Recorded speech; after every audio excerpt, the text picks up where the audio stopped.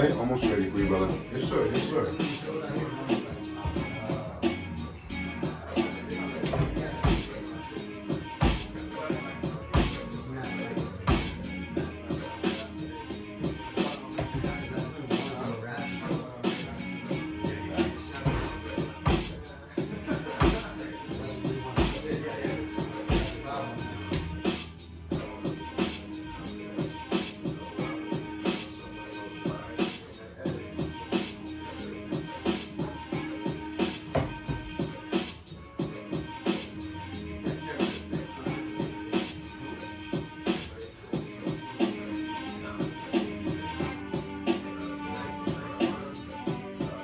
Can I record you, bro?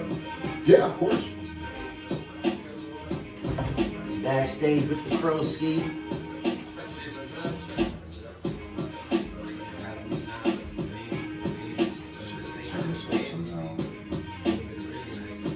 First beats of the tour.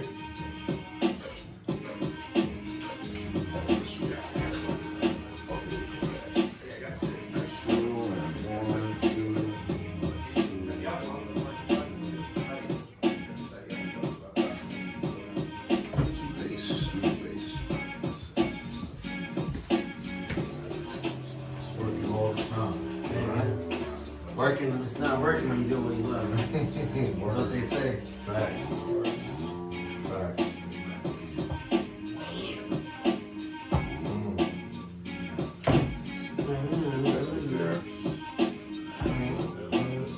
Yeah, I count bodies in order to record the man's smallest fall back for the sport to control of headquarters. Keep a record of it. No moves my witness inside the rhythm with the quickness. I never miss it. Say your what is it, your thickness is intact. I wrote this one back, then it goes like that. Rewind it one time. It's from the scoop, rewind it back 2 times. It's from the hook, rewind it back 3 times. G-Rap is and you, the fourth is Juby amongst and rap you fucking book. Let's get out of here with our voice, a different atmosphere. That's our choice. I give them red, hot slugs, lyrical, don't fight hypocritical. The spirituals got the miracles to get in. You like to hit it. Ooh. You got that shit. You recording? Yes, sir. Yes, sir. I do conversation with the cut. Oh yeah. So it's a podcast I got Omar Epps, Marlon Wayans. Got all my a lot of football players, basketball players. I'm gonna check you with that. Yeah. So I mean, after the stage or whatever. Yeah, maybe if you got time. Yeah. Because Fro's just getting a shape up stuff. Yeah. Unless you gonna get a Caesar. No Caesar for him. Just load up jumps and black Timbs. How long you been doing beats, bro? It's 10 years, but publicly about 3. Okay. So it took me a long time to really, Understand the machine. yeah, I started to get more used to it and study it more. Yeah. And I know from the conversation we had, you have a whole album just you producing yourself, right? Yeah, a couple. What's the name of the album that you, the latest release you had? Called Aphrodisiac. Aphrodisiac, yeah. Yeah, it's a great thing when you got that talent within and you unleash it, you know? And you have beats for sale? Yeah, I send them out. I send them out to some peeps. I always tell them, shoot me your email. I'll send you a batch, and you can pick through them. Yeah. So man, you very active in this game, man. Very active in this game. Yeah, I try to just dip my feet in different things that I also love, you know. Yeah. How is that? The regular 9 to 5 person has to go get a job. Right.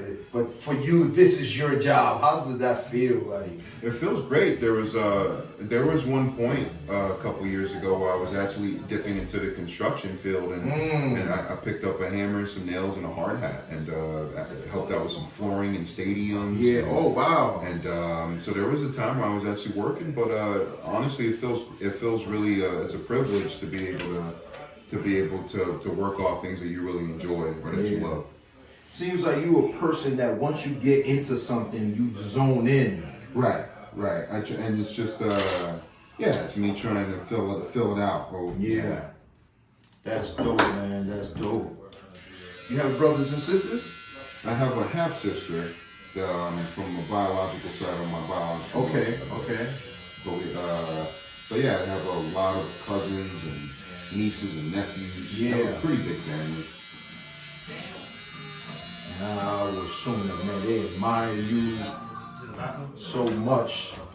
Are you the first generation of musicians, or you have musicians in your family? I want to say I'm the first. Yeah? Yeah, and my grandparents are old school, so I would grow up, whenever we would go to Tijuana or Mexico sometimes. When I was a boy, we'd hear a lot of mariachi music or Spanish music playing. And oldies too. My grandpa put me on oldies. Oldies? James Brown, Stylistics, Manhattans, Temptations, even all the OG stuff, and Al Green. Right. So fell in love with all that. And so since you was young, you was always in the vibration of music. yeah, I would say it was ever since 5, 6, 7 years old. That's dope, man. That's dope, man. Look, man, I followed you through this whole tour with 60 East, Young Heroes, and John Jiggs, man, and the closure. The closure is the finisher, and man, the way you leave this crowd, like, I seen beautiful girls sweating. Yeah. Sweating. I'm gonna post up this one girl that was standing there staring at you, spitting these bars in rapid speed, and her mouth was like in awe, like, you know what I'm saying? When you first started rhyming, did you know that you had something, or you were just playing with it? When I very first started, I was playing around with it and seeing what comes along with it, but it was around 13, 14 where I started to take it a bit more seriously. Where I really took my time with the pen a little bit more, stayed up late nights and days, and listening to my favorite MCs and how they would put their tracks and their schemes and their rhymes together. And I would just sit back and listen and learn. Who were some of those that you was listening to and breaking down their talent? Gotta say MF Doom, Pharoah Monch, R.A., Sean Price, and Cool G Rap, Rakim. Those are just my lyrical titans. Yeah. Do you have a you see, it's so dope to interview you because I feel like there's no limit to your conversation, and I know like I'm gonna have a surprising answer and response. You got a joint Cool G Rap? What happened? Do you have a joint with Cool G Rap? Oh, I wish. Oh, you haven't? I have not See, yet. that's surprising to me. You know what I'm I saying? would love to have a track. Like, that's on the top of my list. Now, what is it? What, the politics in it? Because you're an established MC. You established like worldwide. Why haven't you had a joint with G Rap? Honestly, it's just things go by so fast too. You know, as far as like life and our releases and everything, and also it's getting the bread for it too. The budget, you know, as far as a lot of some of the more known MCs, it's also a budget involved. But once in a while, you'll get some MCs that show love, that are like, yo, on the strength, I got you. Yeah. And then I also understand the MCs who are like, hey, I might need a little bit of bread for the verse. No problem. And then we meet in the middle. I'm like, you know, what makes sense, you know, for both of us. But yeah, and then it's also a cool opportunity, depending on the OG or an originator that I respect, if he were to jump on a song, Right. and he doesn't, he charged me, and sometimes they don't even charge me as much. They're like, yo, I got you, half off, and I don't mind that at all. It feels good. I'm like, cool.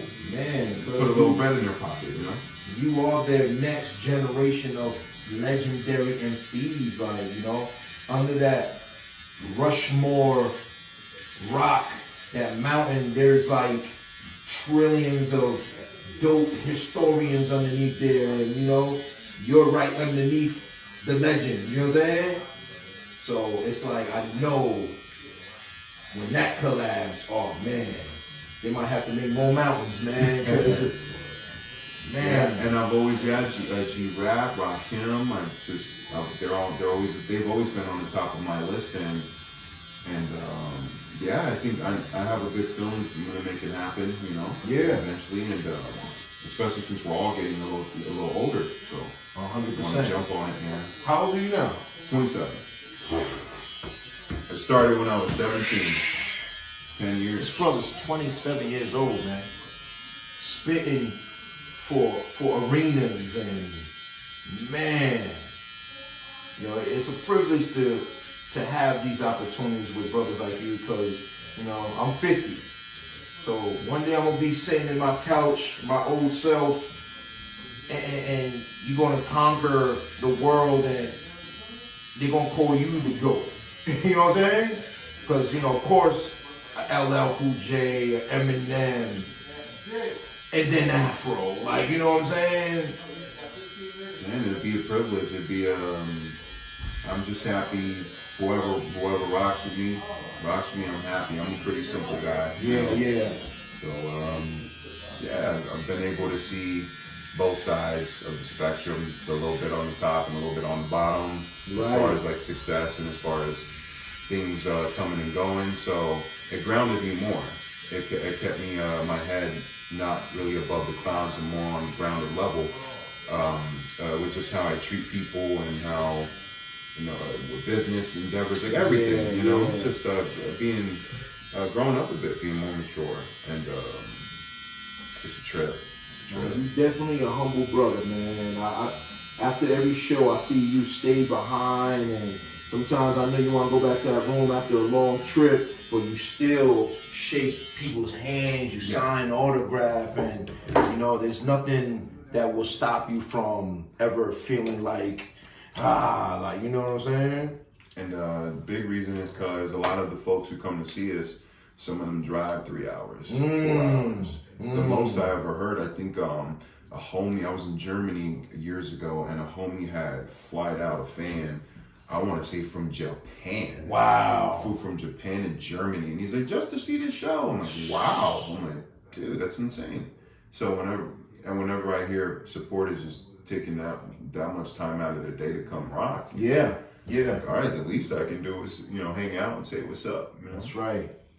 That's right, man. You are setting a platform for these dudes. What's his name? I forgot his name yesterday. I asked him, the first guy I asked him was like, who you here to see? He said, A.F.R.O. I came 2 hours, like you said.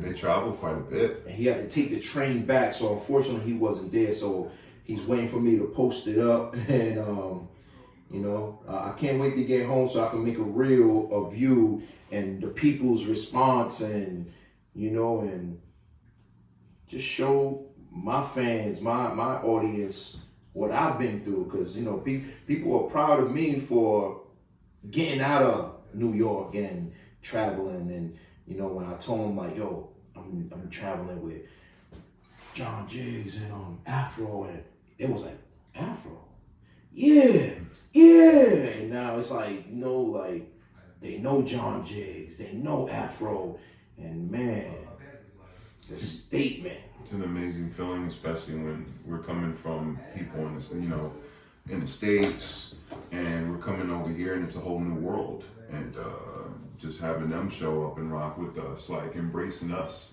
is amazing. Right. If you wasn't rapping, what would you think you'd be doing? Either making movies or acting. Okay. Oh, so you still like you always been intrigued with visual arts and audio arts. Yeah, I've always been a movie nerd and a music nerd. Ever since I was a boy, like almost hand in hand. And that's still my game plan. I'm still gonna be making music for the supporters, but I'm also gonna be dipping my toes into filmmaking. I really want to make films. Got scripts written, ready to go, just planning it. Oh man, are you a zombie? Cause I know I saw the Shaun of the Dead sweater you got. I'm a big zombie guy. I got a couple zombie scripts written too. Oh yeah? Yeah, it's gonna be a couple AFRO zombie movies. I've been working on my directing and filming, so man, hopefully one day you ever need a film crew and always call me and be like, yo, Herm. Yeah, no question. I need you here. You know what I'm saying? Absolutely. Cause man, that's a passion of mine. I've done web series. I wrote a few scripts. I actually wrote a script for The Son of Tony, Part 2. Okay, all right. And this story, Tony Montana's not in it because obviously he died. He got murdered, but his wife that couldn't have a baby because her womb was so polluted, she did have one, but died in the process of having birth. And then boom, maybe one day we can kick it and and we could exchange scripts and see, because I'm involved with like film festivals in New York and stuff like that. Wow, so awesome. I would love to invite you one day at big film festivals, and you know what I'm saying? The Posse song I just got jigs on, I submitted it to. Who's here? All right, thank you, brother. All right, I'm done. I submitted it to Tribeca. You see? Yeah.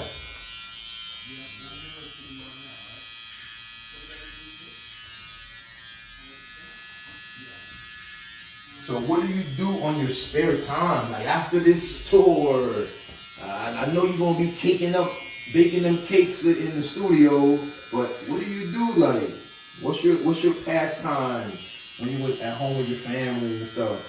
Honestly, we just hang out, go to the movie theater, grab a bite to eat, spend time with each other. Right, because what's your real name, if you don't mind me asking? James. So you're regular James right now, like after that. Right. After that, I'm just back, back to the fam. I'm gonna make sure I don't overeat either, because every time I go on a European tour, mainly I lose a lot of weight every time. Walking, carrying these luggages, and I'm like, as long as I just keep it, keep that balance still going at home, because it's so easy to fall off and just gain all that weight back again. Yeah, very easy. Facts. And you a big dude, man. Like you definitely could take a brother down if there's any problem, and you do it with no effort, so. Only when necessary. Yeah.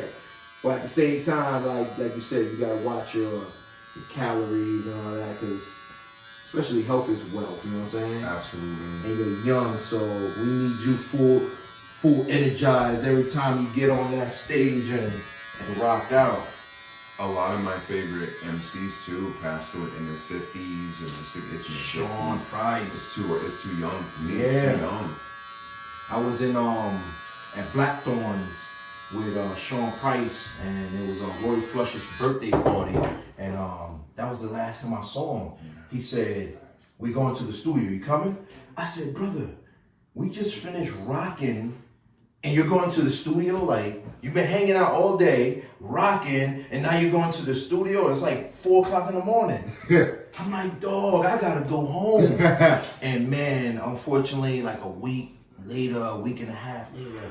That's almost every Sean story, because I hung out with him 2 weeks before he passed. Man. And almost everybody I know, it was like a couple weeks, a couple days, like literally just missing sad, him. man. Yeah. And sleep deprivation, being in clubs all night, drinking, smoking, that really wears your body out. And and there, New York ain't got no healthy foods.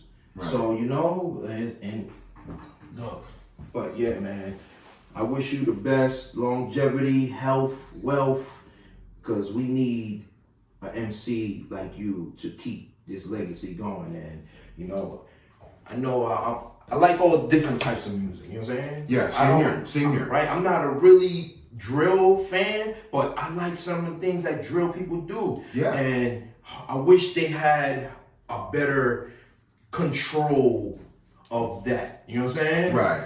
Absolutely. Like I have a young dude that I cut, and I told him like, yo, do a romantic drill. Yeah, right? try something different. Yeah, for the Right. ladies or something. Yeah, Right. absolutely. And he didn't try it because, you know, they so dedicated with that, the ops, and, you know what I'm saying? Yeah, right. Word, that's crazy, man. Yeah, and that's the thing about an artist is you keep it true to yourself, but you try different things, you know, and to see what works for you. Yeah. Yo, listen, hearing it from the horse's mouth, young A.F.R.O, all flows reach out. In the streets, Man, TV. conversation with a cut. We about to go get something to eat real quick. You know, I have to shape him up, make him look sharp, make him look handsome for the stage. Because everybody, them ladies are screaming out for A.F.R.O and all of that. You know what I'm saying? Conversation with a cut. Salute. In the streets. Thank you so much. Appreciate Thank you.